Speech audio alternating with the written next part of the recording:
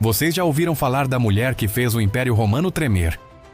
Não estou a falar de Cleópatra. A nossa história acontece séculos depois, numa época em que Roma, no auge do seu poder, se sentia invencível. Mas longe da capital, no coração do deserto sírio, uma rainha estava a reescrever as regras do jogo. O nome dela era Zenóbia, e esta é a incrível história da rainha guerreira de Palmira. Palmira não era uma cidade qualquer. Imaginem um oásis vibrante, um ponto de encontro de culturas e riquezas no meio do nada. Caravanas carregadas de seda da China, especiarias da Índia e ouro de África passavam por lá, tornando Palmira uma das cidades mais ricas do mundo antigo. Era neste cenário que Zenóbia vivia, mas ela não era uma rainha comum, confinada às paredes do seu palácio. Zenóbia era uma intelectual. Dizem que era descendente da própria Cleópatra, e ela fazia jus a essa herança. Falava fluentemente grego, latim, egípcio e aramaico. Era uma estudante voraz de filosofia e história, e os maiores pensadores da época frequentavam a sua corte. Mas além da sua mente brilhante, ela tinha um espírito de aço. Era uma caçadora habilidosa, cavalgava ao lado dos seus soldados e partilhava as suas dificuldades, ganhando uma lealdade inabalável. A sua ascensão ao poder, no entanto, começou com uma tragédia. Zenóbia era casada com o rei Odenato, um aliado valioso de Roma que ajudou a proteger as fronteiras orientais do império. Mas a política daquela época era um jogo perigoso. Odenato e o seu filho mais velho foram misteriosamente assassinados, provavelmente numa conspiração política. De um dia para o outro, Zenóbia viu-se viúva e regente do seu filho pequeno, Vabalato. Para muitos, seria o fim da linha. Para Zenóbia foi o começo de tudo. Ela não perdeu tempo a lamentar-se. Com uma coragem impressionante, ela assumiu o controle total do reino e olhou para o cenário mundial com os olhos de uma estratega. O Império Romano, o gigante que dominava o mundo, estava a passar por uma das suas piores crises. Imperadores subiam e caíam, guerras civis dividiam as legiões e as fronteiras estavam vulneráveis. Onde todos viam caos, Zenóbia viu uma oportunidade de ouro.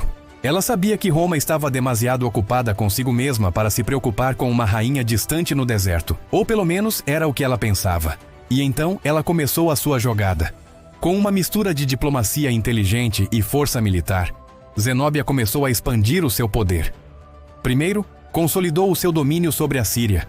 Depois, voltou a sua atenção para o prêmio mais cobiçado de todos, o Egito.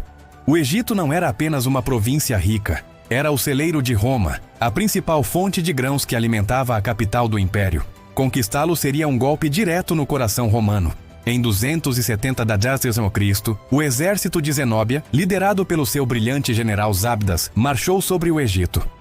As forças romanas locais, enfraquecidas e surpreendidas, não foram capazes de os deter. Em pouco tempo, a bandeira de Palmira tremulava sobre Alexandria. Zenóbia, a rainha do deserto, foi aclamada como a nova faraó, evocando a memória da sua antepassada, Cleópatra. A sua audácia não parou por aí.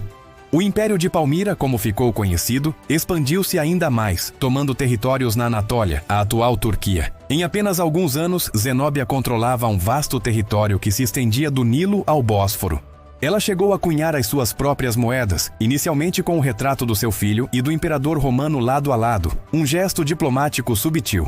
Mas depois, ela deu o passo final.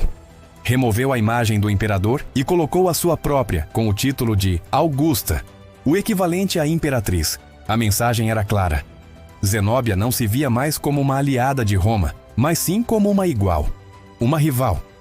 Em Roma, a notícia caiu como uma bomba. Um novo imperador tinha acabado de chegar ao poder. Um homem de origens humildes, mas com uma determinação de ferro. Aureliano. Ele tinha passado a sua carreira a lutar para reunificar o império fragmentado.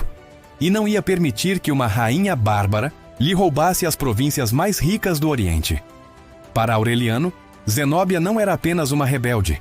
Era uma afronta pessoal, uma ameaça direta à ordem e ao orgulho de Roma. A guerra era inevitável. Aureliano reuniu as suas melhores legiões e marchou para o Oriente. O confronto entre estes dois titãs estava prestes a começar. As primeiras batalhas foram ferozes. O exército de Palmira, com a sua famosa cavalaria pesada, lutou com bravura. Mas as legiões romanas eram uma máquina de guerra disciplinada e implacável. Batalha após batalha, Aureliano empurrou as forças de Zenóbia de volta. A cidade de Antioquia caiu. Depois, Emesa. O sonho de Zenóbia começava a desmoronar. Ela recuou para a sua fortaleza, a magnífica cidade de Palmira, protegida pelas muralhas e pelo vasto deserto. Aureliano cercou a cidade.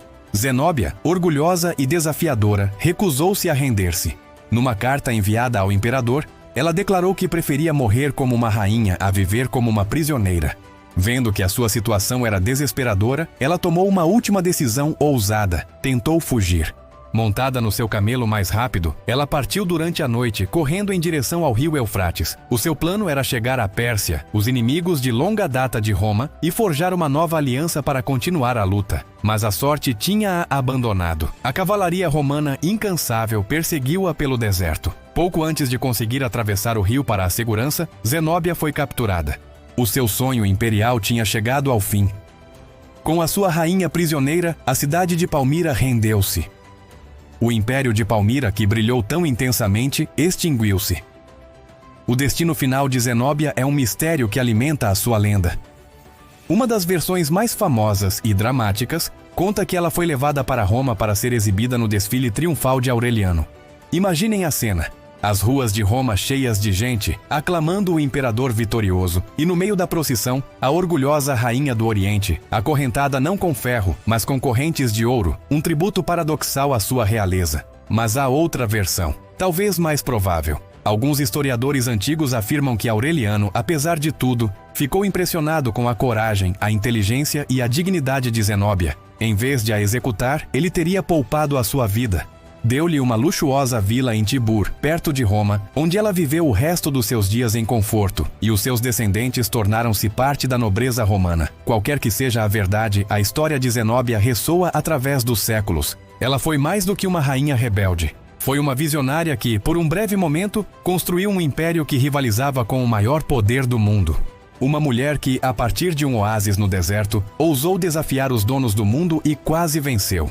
A sua história é um lembrete poderoso de que a coragem e a ambição não conhecem gênero nem fronteiras. A rainha que transformou o deserto num reino e o seu reino numa lenda imortal. Obrigado por assistirem. Se gostaram desta incrível viagem pela história, não se esqueçam de deixar um gosto, partilhar o vídeo e, claro, subscrever o canal para não perderem a nossa próxima aventura. Até a próxima!